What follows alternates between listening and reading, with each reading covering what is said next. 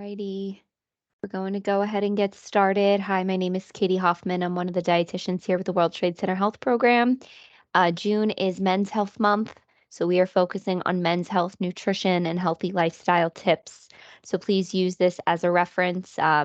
We always encourage definitely following up with your primary care physicians or other specialists as well, as you know, your hormonal health is not just a one-size-fits-all approach. So with that being said, here we go.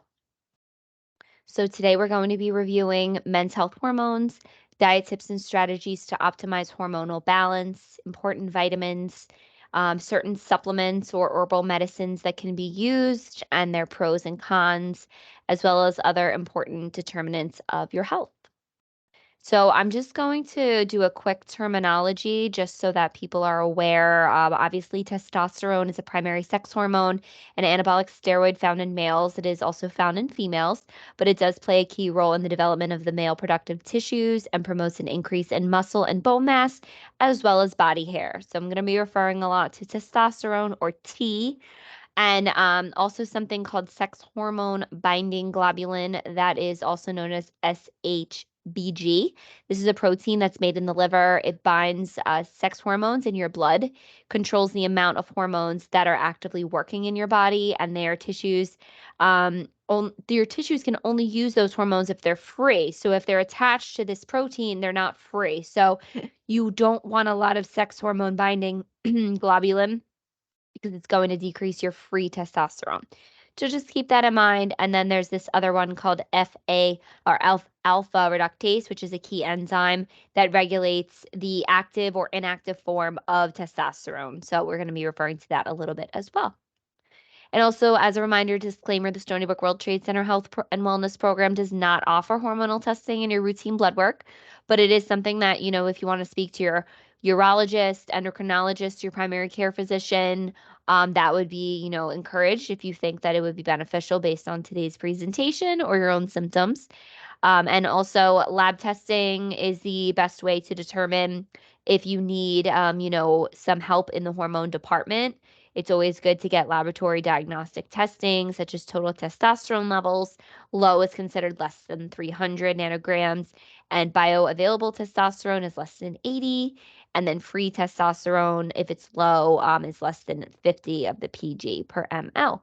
And then just a quick definition also, I'm going to be referencing hypogonadism. That is, by definition, the reduction or absence of the hormone secretion and other physiological activity of the gonads.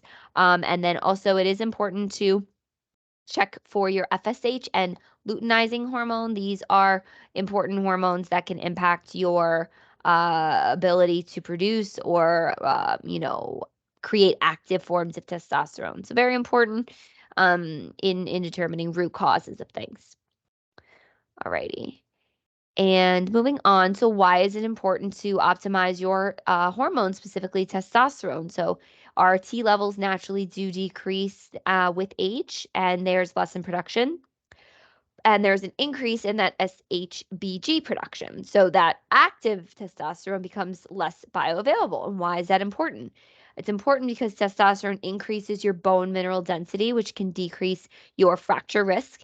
It increases muscle mass and strength in the body. It could decrease body fat and impacts our metabolic function. It can impact our mood and our energy levels. It can obviously lead to a lower libido or, impact our sexual dysfunction if it's low, as well as other metabolic diseases like fatty liver, diabetes, heart disease, high cholesterol. And then lastly, severe hypogonadism actually can increase our all-cause mortality, specifically in the cardiovascular events department. So it is important to be, mindful of our hormones and optimizing them as well, specifically in this case, testosterone. So what impact does diet and lifestyle have on male hormones? I will go ahead and say a large impact. And one of them being, we're going to go through a couple different aspects of the diet, but the first one is dietary fat. So there's been a lot of research to show that low fat diets actually lower your testosterone levels. So there was a few different studies that looked at different variations of fat and carbs in the diet, and they found that, a low fat diet actually led to lower testosterone levels. And then we do encourage a form of a Mediterranean diet. You've probably heard of that before in previous videos or online. And a Mediterranean diet is a higher fat diet, but it promotes healthful fats such as nuts and seeds, fatty fish, olive oil, avocados. And if you're going to get your fat from animals, it is recommended to go for grass-fed and high quality animal products whenever possible. So the photo to the right here is a nice piece or two of salmon fillet with a nice, beautiful, colorful salad, a little bit of edamame in there as well for some fiber. So we're going to go more into implementation of this, but know that a low-fat diet is not the way to go if we're looking to balance our health and our hormones, and that's for men and women. We do need fat for many different reasons, and in this case, hormonal balancing. Specifically back to the type of fats you want to get, EPA and DHA, you might have heard of before. These are fatty acid chains, and they have been associated with a reduction in that SHBG levels. So they allow for more free testosterone. And then the best sources of EPA and DHA are from fish, specifically fatty fish, seafood, salmon, mackerel, oysters, sardines.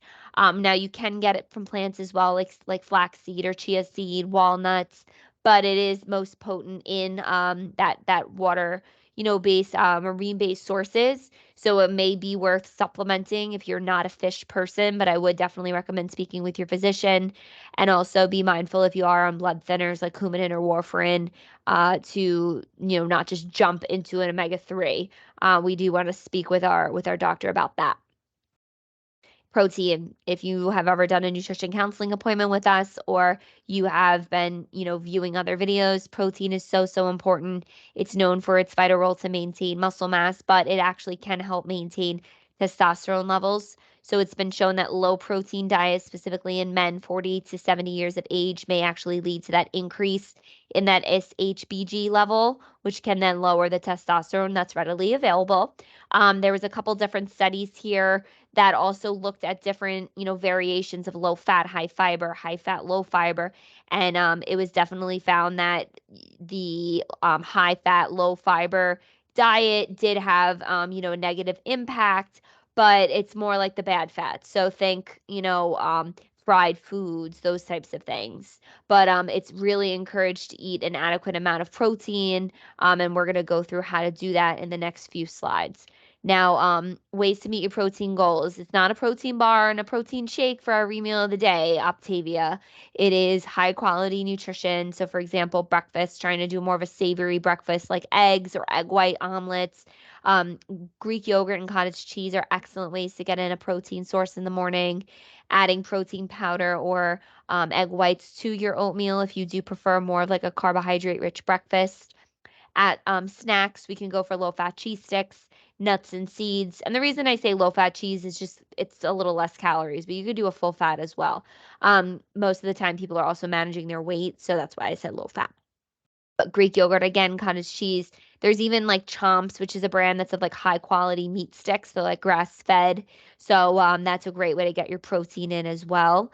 And then lunch and dinner, we always want to try and get that lean protein. So chicken, fish, turkey, pork tenderloin, steak sirloin, skirt steak, lean chopped beef, tofu. We're going to talk about soy momentarily. Veggie burgers, you can make your own. Black beans, chickpeas, kidney beans, quinoa, those all have a massive amount of protein in them. And then also this is an example of just a typical day of eating around a little less than 2,000 calories. This is a 27% protein intake, and that's a high protein diet. This is 194 grams of protein for this day. So you can see it starts out 2 eggs plus 2 egg whites. That's the protein source there. There's a little bit of protein in this whole grain piece of bread, like the Dave's Killer bread. Optimally having like 4 ounces of protein at lunch, plus chickpeas, which also are going to give you some natural plant-based sources of protein. This snack here, the nuts and seeds, the almonds have protein. And then we're rounding it out with dinner with 5 ounces of salmon. So you're not only getting your protein, but you're also getting your fatty fish. We're cooking with olive oil, of course, for healthy fats. And then a little after dinner snack could be 6 ounces of Greek yogurt with some berries and some cinnamon. So that gets you to almost 200 grams of protein a day quite easily. So we don't need all these extra protein powders and shakes to get the job done. And I always like to point out portions. So, this is 3 ounces of protein. This is a decent amount. This is almost 30 grams of protein, okay? So for most people, we really don't need to be having 8 to 16 ounces of protein at one meal. That's way too much. It's better to spread it out. Your body's going to be able to use it that way more as well. Now, I get the question a lot about soy, specifically soy on male hormones.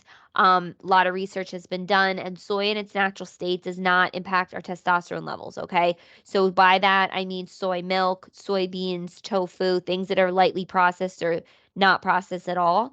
It's really like the soy lecithin, the soy protein, the very like modified soy that's in like protein bars and things that are very dirty, quote unquote, are very like highly processed. Okay. So we're going to talk more about the cardioprotective and hormonally protective aspects of soy called isoflavone, but just know that it's not a bad thing to have tofu in your diet. It's not going to cause a spike in estrogen or anything like that unless you're eating massive, massive amounts, which none of you should be doing that anyway. It's all about a balance.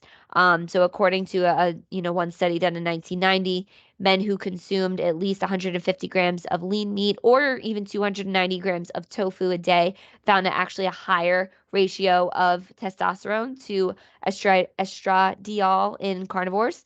And there was different mechanisms that were responsible, of course, but just as a reminder, we do recommend more, protein from lean and clean sources. So think, that list that was on the previous slide, things you can pronounce. It's not the, $2 protein shake that we can just go. Those aren't bad for you, but that's not something you should be leaning on every day. And in short, a vegan or vegetarian diet which emphasizes soy protein could have a minor effect, but it can prevent prostate cancer risk. So there's a benefit to it. So when it's, studies are showing that there was an effect, it was a positive effect, not a negative effect. So that's just always something to keep in mind. Don't fear the soy, okay? And let's see if I can advance my slide here. This is just another option for my vegetarian or plant-based eaters out there of ways to get your protein in per day. My favorite way lately is edamame. It has a huge amount of protein for a very small amount of calories. Same thing, flaxseed, chickpeas, spirulina, peas are a wonderful plant-based protein source. And it is actually, I do recommend getting like protein powders and drinks from pea protein, not soy protein or whey protein. So know that pea protein is very popular. And of course, our nut and nut butters and whole grains, etc. Coffee is an important one to note that total testosterone and SHBG levels were both positively associated with the consumption of coffee, but the findings were significantly statistically significant, but it was only for total testosterone, not free testosterone. So you could drink your coffee, but I put this meme in here that says, I thought I liked coffee, but it turns out I like creamer. So if you're more of a B3 or a C1 with a lot of coffee creamer and not a whole lot of coffee, those polyphenols that are protective in the coffee really aren't going to be as beneficial. So we do promote coffee intake for many different reasons, but the creamer and the sugar can kind of hinder. So speak to your dietitian about the amount of coffee we should be consuming for health purposes.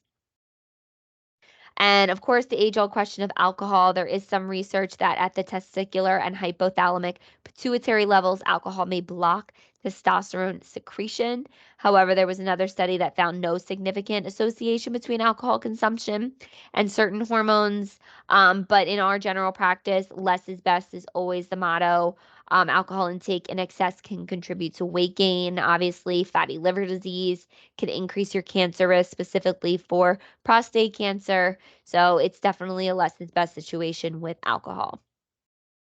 Antioxidants is a great way to optimize your hormones. According to literature, there is a decline in testosterone production through aging, and it may be due to that oxidative damage on the tissues that produce the hormones. So years of living, exposure to certain toxins and things, our tissues gets damaged, and that oxidative stress can lead to that decreased amount of testosterone. So studies do show that antioxidant supplements such as vitamin A, vitamin E, vitamin C, zinc, and selenium can help to maintain the production of testosterone. And we're all going to talk about supplements in another slide, but I always want to promote the dietary intake of these antioxidants, specifically vitamin C and or E. There's also something called quercetin, which is found in a lot of like fruits and vegetables that can provide a significant increase in the mitochondrial biogenesis after endurance training. So it basically helps your body recover. So it is all the more reason to eat your fruits and vegetables, eat the rainbow.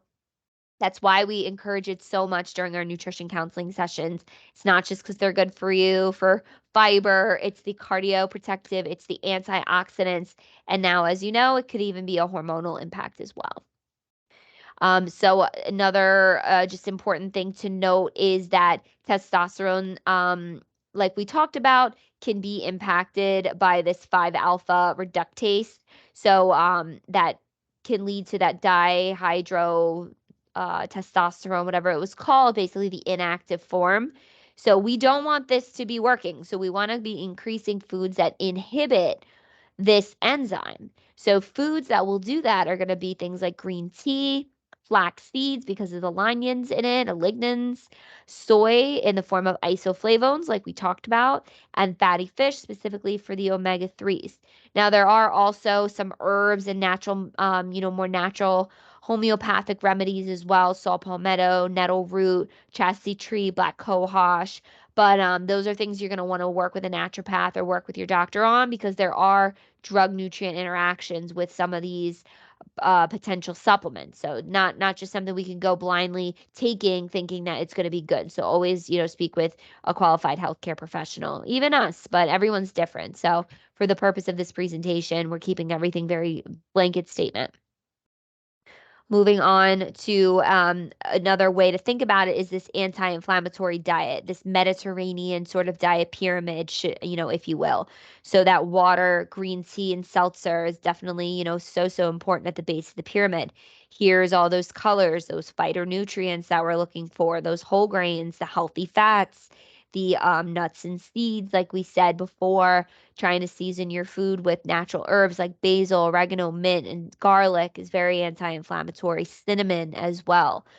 Trying to not do a ton of dairy, but if we're going to do it, go for grass-fed whenever possible. Obviously, we want to definitely encourage that lean protein as well. And as we get up to the top of the pyramid, we start to want to limit things, specifically like the processed meats, pastrami, salami, bologna. These are inflammatory foods. Same thing with sugary drinks, the soda, the candy, the ice cream, the fatty sugary foods. No good. We definitely want to choose less processed versions of these items to prevent cancer risk as well as promote optimal hormonal balance. So moving into a few different actual vitamins. So literature does show that zinc may play a specific role in regulating serum testosterone in normal men through its direct health on testicular steroidogenesis. And a zinc deficiency can result in a low serum testosterone, which may cause the Leydig cell failure. So Leydig cells are important for hormonal balancing and production and genesis of certain health sex hormones. Zinc supplementation may benefit elderly men by, hoping to increase their serum testosterone level. The recommended daily intake for men is 11 milligrams per day, and the tolerable upper limit for men is 40 milligrams per day. So don't just think you can start downing zinc and it's not going to have any health ramifications. So check your multivitamin, see how much is in there first. If you need to take an additional zinc, I usually go for like a 15 milligram just to be safe. We don't need to be downing 50 milligrams of zinc on top of our diet, unless you're sick. And then in that case, speak with your doctor about that. But dietary sources of zinc include meat, fish, specifically oysters, are a great source of zinc. Just make sure they're clean. Pumpkin seeds and even shiitake mushrooms, lentils, and oats are very rich in zinc.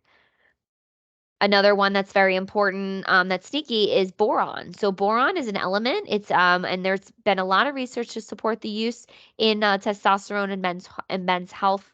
So 1 week of boron supplementation of around 6 milligrams per day showed a significant increase in serum T levels and decreased the estradiol level significantly. So they do sell boron in 6 milligram caps. So you don't need to be taking a bunch of boron, just take a little bit. and it can help. But again, always speak with your doctor. But it can help to balance out, and then it can also help to increase the vitamin D as well, and it may have you know, health benefits. Selenium is important as well. Selenium and serum testosterone levels were shown to be positively correlated. Again, they have that impact on the Leydig cells. Um, and it can also help with fertility as well. So it's a very important one for men and women alike. And here it does say, if you want to eat Brazil nuts, they do have a lot of selenium. They have about 90 micrograms. So if you eat one, that's like taking a selenium supplement. So it's a very natural source of selenium, but you don't want to be like taking all of these. Just one or two a day can be a very great boost for you. And then lastly, magnesium are tried and true. There are some studies that support the use of magnesium supplementation in combination with an endurance training program that led to free testosterone and a total T increase. And so that gives you that benefit because of the way it impacts the muscles. As we know, magnesium is important for over 300 different mechanisms in the body. It can also help to modify that SHBG by binding it so that it leads to a better availability of the free testosterone. And some dietary sources of magnesium are going to include pumpkin seeds. You can see those pepitas for 1 ounce. There's 156 milligrams. Chia seeds, almonds, spinach, cashews.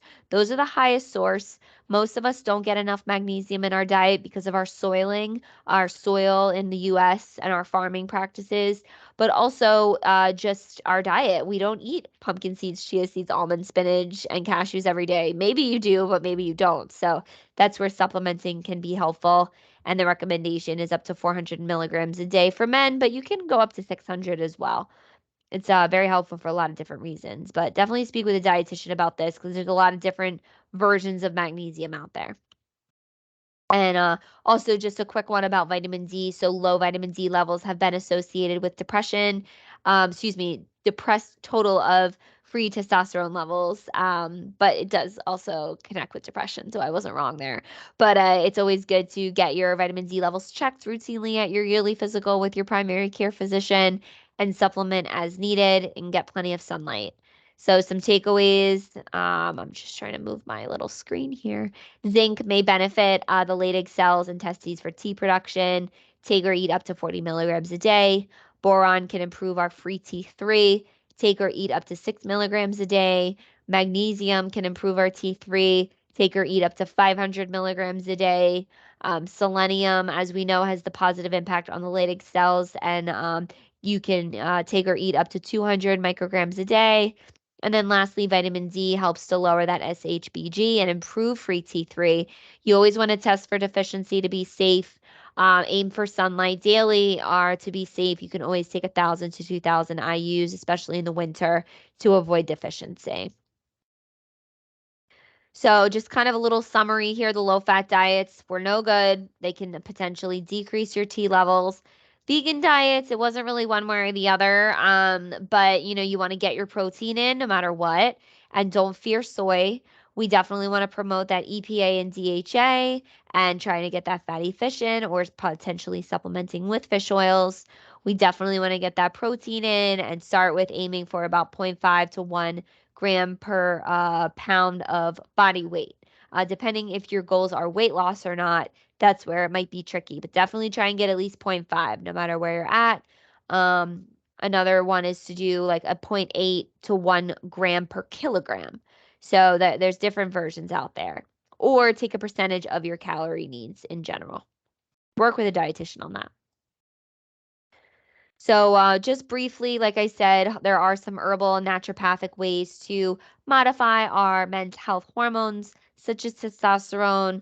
Ashwagandha is an adaptogen that is known for its anti-inflammatory, antioxidant, anti-cancer. I'm not even going to try and pronounce that one. And immunomodulatory effects. But again, work with your doctor because there a lot of these do have drug nutrient interactions. So it's not like we could just take it for everyone. It can impact, especially if you're taking thyroid medication. Stinging nettle root is another one. tribulus, I get questions about that. It's shown not to be super effective, but maca, like maca root, has been shown to impact testosterone in men and women, actually, for, hormonal health and libido. And then I'm also not going to even try and pronounce this one, but it's also known as Tongkat Ali. I get a lot of questions about that. That's an herbal medicinal way to modify our testosterone levels. It does seem to help at 200 to 600 milligrams a day. But I do, at this time, work with someone to speak with you and figure out what's going to work best for you. A lot of this information is found from this doctor at NYU, Giovanni Espinosa. So I linked him here if you want to Google him. I don't know if he's accepting new clients, but he has wonderful YouTube videos. There's one in the reference page here today that go through all this and more. So if you want to do your own research and get a little more nitty-gritty with the actual testosterone things, go for a specialist that is, in this. Today is just for general wellness purposes. And lastly, other important health parameters and indications for our male patients here. Definitely aim to try, keep a healthy body weight. Obesity is the number one, way to have poor energy, poor, hormone health, and that can lead to other issues like the diabetes, etc. So work with us, work with a trainer, try and get your body weight under control. Definitely exercise, aim for at least 150 minutes a week if possible. That's recommended by the American Heart Association. We always encourage you to follow up with your cancer screening, specifically our male patients for PSA. Go check that. Unfortunately, we don't check it here. Get your chest X-ray, your lung cancer screenings, your colonoscopies, because prevention, is so important.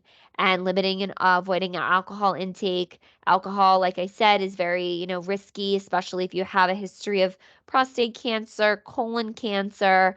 It's just a toxin, and we're trying to rid the toxins from our body. Same thing goes with carcinogens like smoking cigarettes. We don't want to do that. We don't promote that. Try and monitor your stress intake. A lot of men sometimes we're told to, just keep it to the chest. You don't need to worry about it. Put your head down. But it's okay to talk about your feelings because sometimes that stress can manifest as drinking, smoking, eating your feelings. So working with professional to monitor your stress levels and talk about things and to cope in a positive way might even save your life. So we do highly encourage working with our case management team for that. And then there's a great video that Amanda has done in previous sessions. It might even be in this playlist if you've been waiting in the waiting room long enough on endocrine disruptors and estrogenics. So these are things that are found in our daily life here in America and other countries that disrupt our hormones. So think microwaving in plastic, fragrances, candles with a lot of like random smelling, fragrances. All the toxic chemicals and food dyes. There's a lot of different ways that we can disrupt our endocrine system, which manages our hormones. So definitely take a look at that and do your own research when it comes to your plastic intake and other things, filtered water, etc. So that is about all I have for today. If there's any questions, I'm going to stop recording now. I hope you all enjoy this, and please feel free to reach out to us with any questions or concerns, and we'd be happy to help you. Thank you.